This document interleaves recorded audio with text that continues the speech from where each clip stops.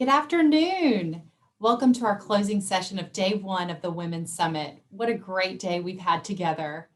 Today, we're going to end with Ashley Robinett and Vanessa Weiss. They will present today on empowerment.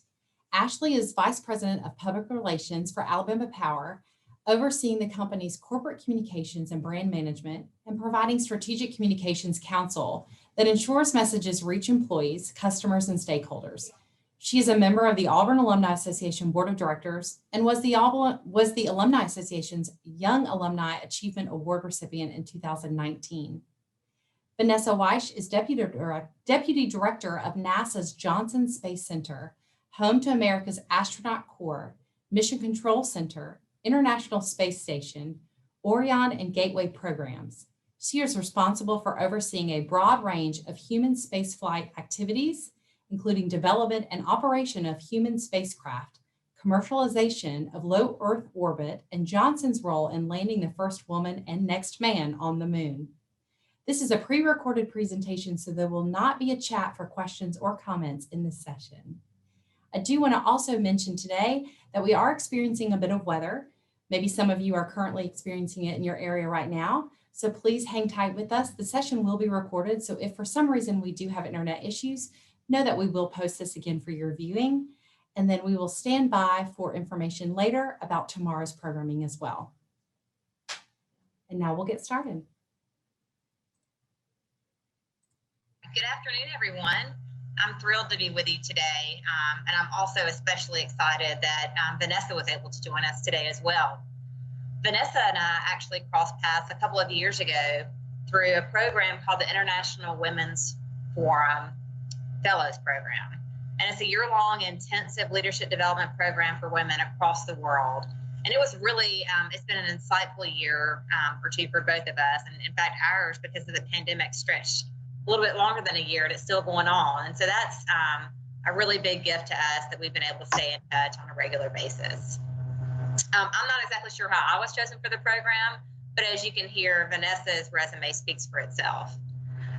She and I also connected because we're actively engaged in diversity, equity, and inclusion efforts with our respective companies, and we're advocates for mentorship programs and giving back in all different kinds of ways. But we're also really proud of our awesome families that we love dearly. So Vanessa, thank you so much for joining us today, this group of Auburn women, even though you're a Clemson grad. And as you look back on your career, what are some early inflection points that you felt that someone really empowered you to take a leap or really kind of catapult your career? Awesome. Well, Ashley, thank you so much for asking me to be a part of this event. I think it's awesome. And yes, as a Clemson grad, I'm excited to be here. I think the Tigers have to come together. So, so thank you so much for having me. So thinking about my early career and being empowered, I will have to say that I had many opportunities really, but one that I think kind of catapulted me was when I was in the shuttle program and working for a program manager who basically told me, you know, you don't have to come back and ask me for additional direction. I trust your judgment. And I feel like you have the skills, you know what it takes to make these decisions. So you go off, and unless it's life or death, then you're empowered to do what is right.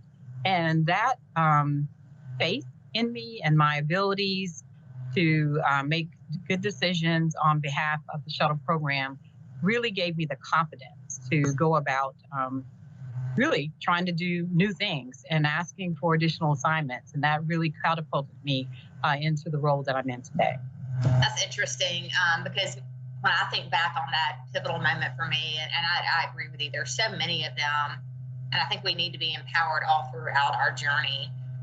But mine was, I graduated in engineering just like you did, but I find myself in a non-technical role now. But my first role at the company was an engineering, highly technical role. And my supervisor came to me about 2.5 years into it and said, hey, we want you to try this more commercial focused role. And I was like, oh, no, there's so much more that I want to learn and do in this role. And they said, okay. And then a couple months later, they came back and said, we want you to try the commercial role. And I was like, but I still have things to learn here.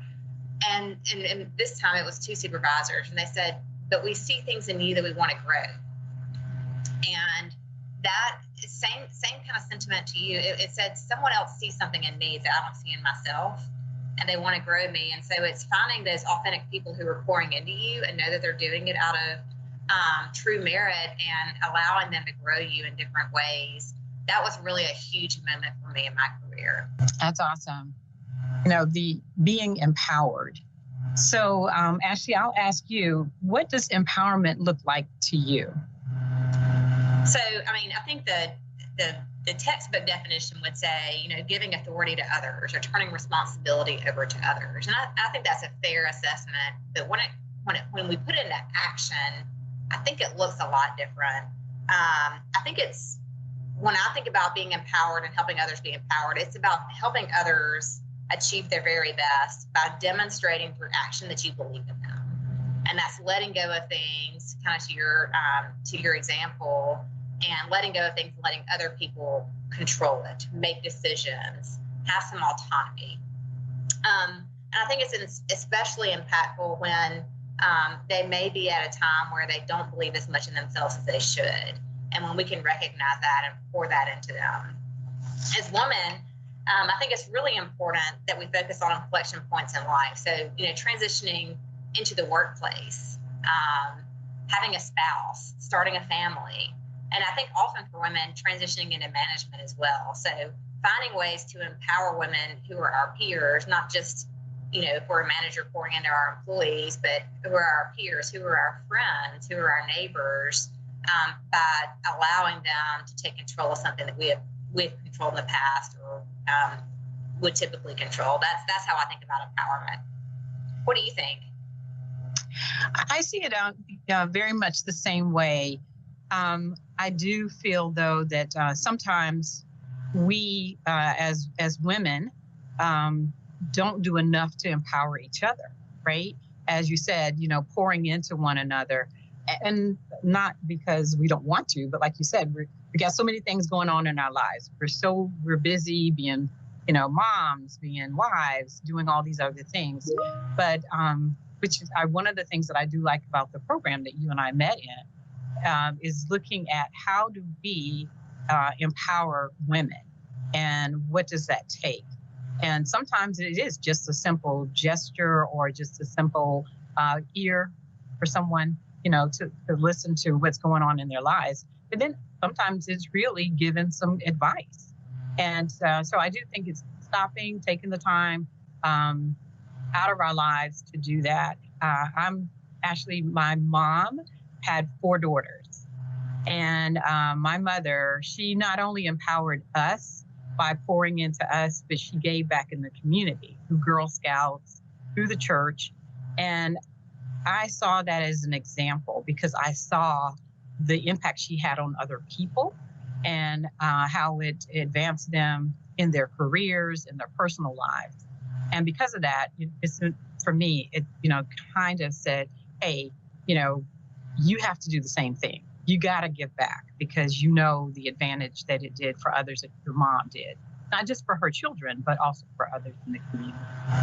That's really neat. And I think it's so important for us to find people like that in our lives who demonstrated empowerment. And I think women have a unique need for this because I think that we're fairly cyclical in the way that life kind of presents itself to us, especially if we're working outside the home. Do you see yourself being more the empowerer or the empoweree, or do you see it kind of being a two-way street? I see it as a two-way street. And even at this point in my career, I mentor several people that are at several spots in their careers, right? And I learn just as much from the people that I mentor, I believe, than as what I'm giving into them. Because sometimes it's a reminder of something that I may have forgotten about. Just the other day, I was talking with someone about making sure that she got out of her cubicle because, we come to work, especially as a young engineer, you're trying to learn that job, you're trying to be the very best. And that is important. That's probably the most important thing to do.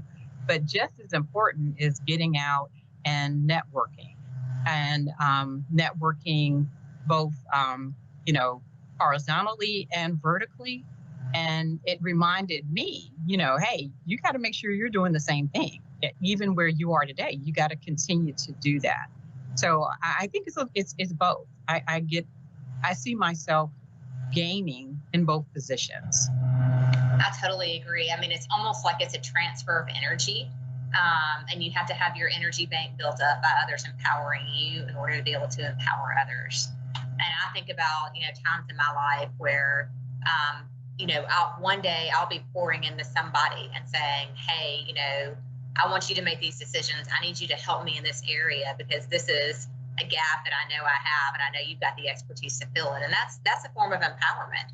And then the next day, I'll have something very similar happen to me where I'm the one filling in someone else's gap or being empowered to do something really cool. So I really think that as women and really as leaders, men or women, we have to think about empowerment as a two-way street in order to truly live it and believe it. Do you think there's anything to this token of self-empowerment? Self-empowerment, I believe there are things that you do to empower yourself, right? Getting an education, making sure that you continue your training, being in leadership programs like the program that you and I met in. Those are ways of self-empowerment. But I'm not so sure that I would say you can get to where you want to get to in your career all by yourself. So I think there's something to self-empowerment, but to say that, any of us gets to where we are all by ourselves, I think may be a stretch. But what do you think? Oh, I totally agree with you. I mean, there's so many dynamics to being, to growing and to evolving as an individual and as a leader. But I think, yes, we have to self-empower ourselves, meaning, and the way I think about it is suppressing the imposter syndrome that can pop up in us, or those times when you just don't feel quite as confident as you need to. So if I think about self-empowerment like that, yeah, I think it's really important that we believe in ourselves as others believe in us and see in ourselves what others see in us. But I don't think we can do it alone because there is a lot of merit to the term, it takes a village. And it's about raising children, it's about family life, it's about community impact, and it's about work.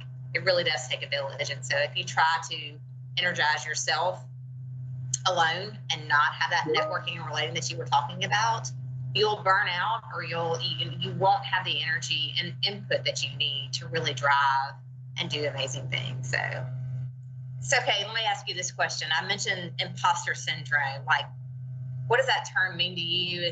Do you have that threat ever mentally of imposter syndrome? Like, how did I get here and why am I here? It's real interesting. I've heard the term imposter syndrome and studied it for myself.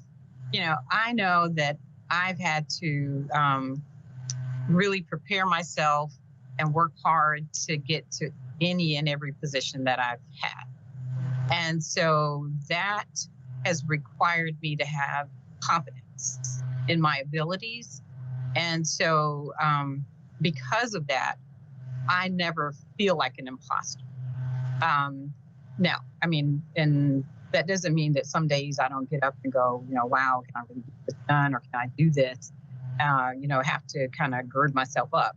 But I really feel that having to fight really to get to the position that I'm in, it's required me to have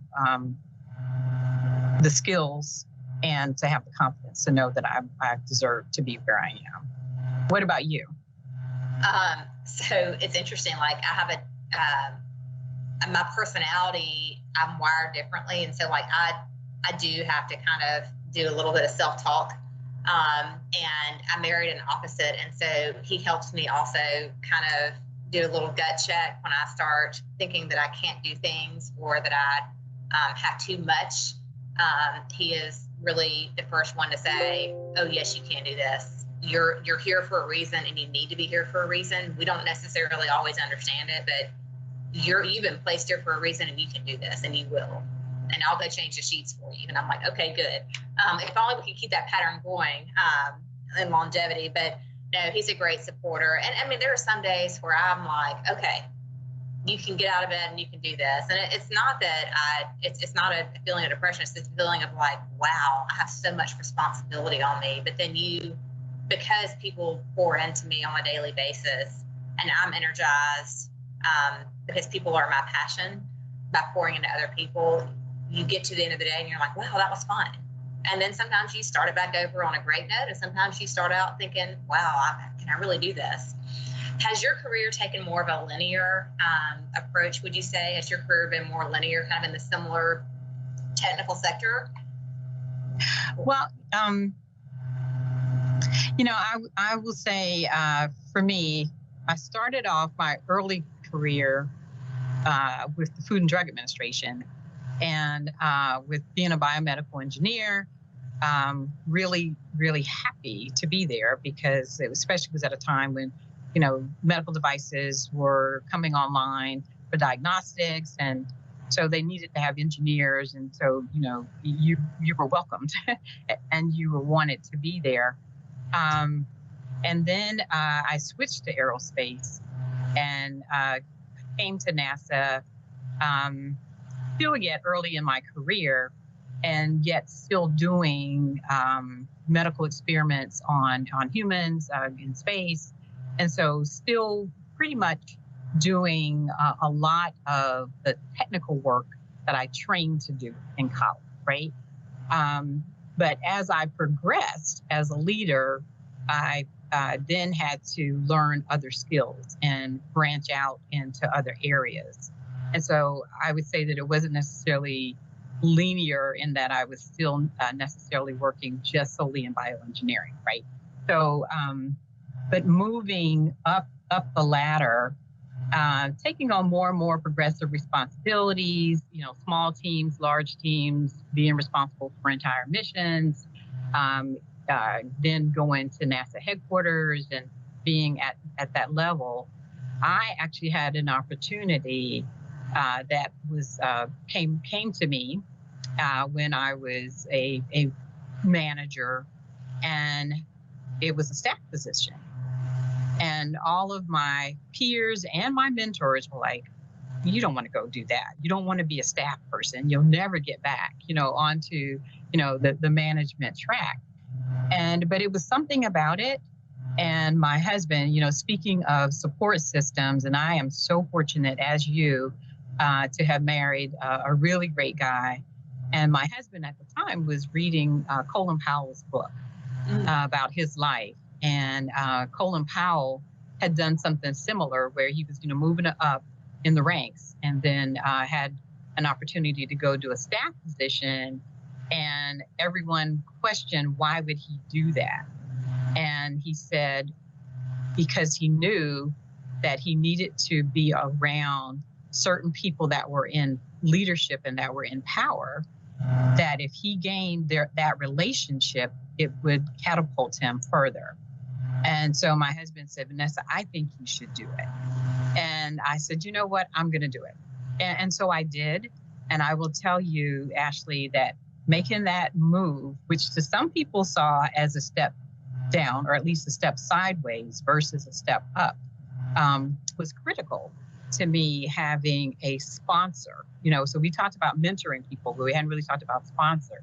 But having a sponsor that when it came time for the next promotion, that I had a sponsor that was in the room that was able to say, oh, yes, no, Vanessa is the person for that. That's, first of all, Vanessa, I think everyone watching today would agree with me. Like, your career is so amazingly impressive. And the quiet confidence that you have in yourself and in your abilities is just amazing. And it's so inspiring, I have to say. My career has been very different. I've stayed with the same company for the last 20 years, but I've had a lot of very different roles. And today I'm an introverted engineer leading the public relations team. And so, like, those are the times when, you know, the imposter syndrome can flare up if you're not careful. But people, just like you said, people believe in you more so than I believe in myself at times. And I've had the same opportunity to go from a management role to an individual contributor role. And it's almost it's very interesting. And I hope everyone takes away from this, like, those were some of the most beneficial, bold decisions that I made, that weren't necessarily the norm or the way people say this is the way you are, you know, can be most, quote, successful. And I think we all have different definitions of that. But it's probably some of the more self-empowering moments that I've had to say, I'm going to do this. I'm going to see where it takes me because I really feel like this is where I need to be. And there are times like when it's best for my family or it's best for my career, and you balance all that out and you solve for it. So that's really neat. Okay, so tell me, how are you intentional now about empowering others, Vanessa? Oh, well, for me, Ashley, that is very important to me. I'm sorry, I get a little emotional about it. As a matter of fact, you know, because I feel like others have given to me, and so it's my responsibility to empower. And so I'm very intentional. I probably am mentoring literally about 10 or 15 people right now. And my administrative assistant is like, you can't take on anybody else. And I'm like, yeah, but one more person's calling. So we have to schedule. We got to make sure we make time. And so I do. I schedule it into my work week and into my month. I make sure that I keep in touch because I just know that it's super critical. It was for me to have others, you know, take the time to either, you know, show me the ropes, tell me what the culture is, you know, some simple things things that we may think are simple with regards to how do you juggle, you know, having a family and a career. And it is not easy, right? And telling other women that it is okay to feel like a failure sometimes. I mean, we all do, because you just can't always get it all done. So if the laundry is stacking up, don't worry about it, ladies. It is okay, you know, but just, you know, giving other people the feeling that they can give themselves grace, you know. So for me, I'm very intentional about it, Ashley. I just think that it's super critical, and I would, for me, I would feel myself like I have betrayed, you know, like my mother and others if I did not do that. How about yourself? No, I think, you know, circling back to how we originally started this conversation and thinking about those pivotal moments where people poured into us and they didn't have to, right? They could have continued down the path of just getting the work done and never said, I'm gonna have this bold conversation, or I'm gonna help Vanessa see this in herself, or I'm gonna put her in this role. If we don't do that for others, then the cycle becomes stale.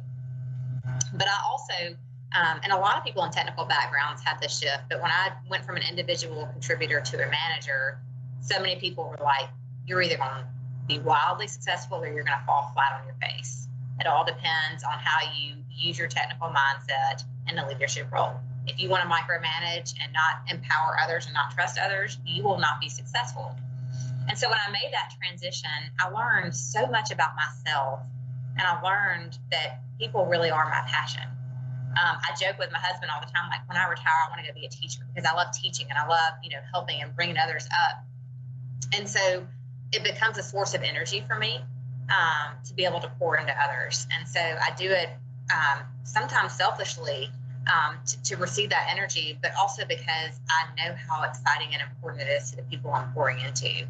And so I give back to the engineering program at Auburn by mentoring some of their engineering female students. Female students have a high rate of dropout in some of the more technical careers because they want to be perfect. And just like you said, the laundry is going to get done one day. My house is never, you know, dinner party ready at any given moment. I can assure you of that, Vanessa. But I will have you over for dinner soon. But it is. I mean, it's a process, and it's about defining your own priorities and determining what success looks like to you. Okay, so just in closing, like, tell me some key takeaways that you have on why empowerment is just so incredibly important to society and to where we are as a nation and a world today. Yeah, so speaking of, yes, students and the number of women that drop out of STEM fields, going first into college and then switching careers, and then also getting into the workforce. There's a significant also dropout after that first 5 years. And so I think it's very important for us to do, to make sure that women feel that they're included. We want women to feel like, they are very important to the workforce, because we all know that diversity makes a difference, right? So when we have problems to solve, we don't want everyone to be thinking the same, because we're not going to come up with the best solution. So it's important, I believe, for us in terms of innovation, to make sure that we have women as a part of our workforce. So I think it's very important for us to continue with finding ways to make women feel more comfortable, both in college, having them understand that they have, let's say, people like yourself or resources that can help them to stay in both in college, to finish the degree, and then when they get to the workforce, certainly you talked about Alabama Power and what you guys are doing in terms of diversity and inclusion. Like here at the Johnson Space Center and at NASA, we do have what we call employee resource groups, where we focus on different ethnicities and gender, and we have one that's just for women.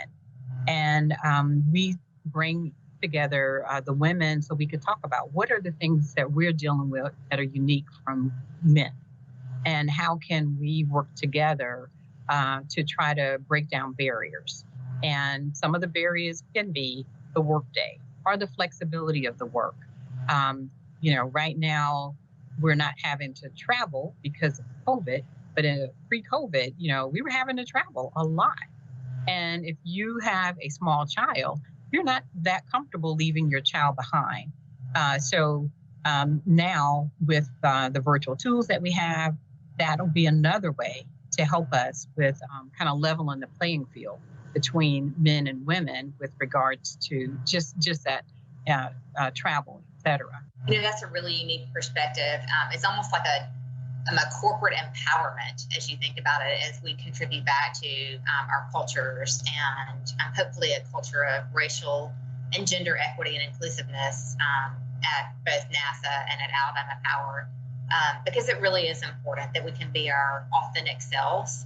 And I think, the pandemic has taught us a lot about that. I know at Alabama Power, it's really taught us a lot about the versatility of our workforce and the flexibility that we can gain and we can give our employees. But also, at the same time, I've read so many articles nationally about how our society expects a lot of women to leave the workforce post-pandemic because they've been at home, because they're not sure how they're going to get back into that balancing act of family and work life. And so I think it's especially important that all of us on this call today really double down and reach out to somebody who needs to be empowered, who needs to be lifted up, who can use guidance, or who can just use a pat on the back to say, yes, this too shall pass. One day we will be back to our new state of normal, whatever that looks like, and you can do it. We need you to do it. We need you to continue contributing how you were in the past. And I think it's important that we do it in the workplace, because I think you're right. I mean, the diversity that we bring in as females really complements our male counterparts, and it makes us even stronger. And they agree with that. But I also think it's important that we continue to be advocates in the community, in our own families. I know that you have one son, I have a daughter and a son, and I want my daughter to see in me someone who is constantly working to give back and to contribute to different causes at work, in the community, at church, wherever that is. So I think it's just so important that we continue just to build up our village, whatever that looks like, and it'll probably continue to evolve over time. Well, Vanessa, thank you so much for joining us today. I have just really enjoyed catching up with you and learning a lot about your passion for empowerment and how you give back to NASA. Well, thank you so much, Ashley. And I want to thank the Auburn Women's Summit. And I want you guys to know that if you have an opportunity and you're in Houston, please look me up. We'll do it. I'll be the first to make that visit for sure, Vanessa. Awesome. Well, thanks so much and take care. Thank you. And thank you all for joining us today. I hope you felt as inspired and empowered as I do watching Vanessa and Ashley. As a reminder, this will be recorded, so you're welcome to go back and watch it again. And thank you all for participating today. Again, wanted just to acknowledge the inclement weather that is approaching the Southeast and in the Southeast right now at this time. Due to that delay of potential storm and threat, we will start tomorrow at 9 a.m. Central Time versus 8 a.m. You also need to just watch our social media and email in case there are any other additional changes. But above all else, safety is our #1 priority. Thank you for participating today. Stay safe and War Eagle.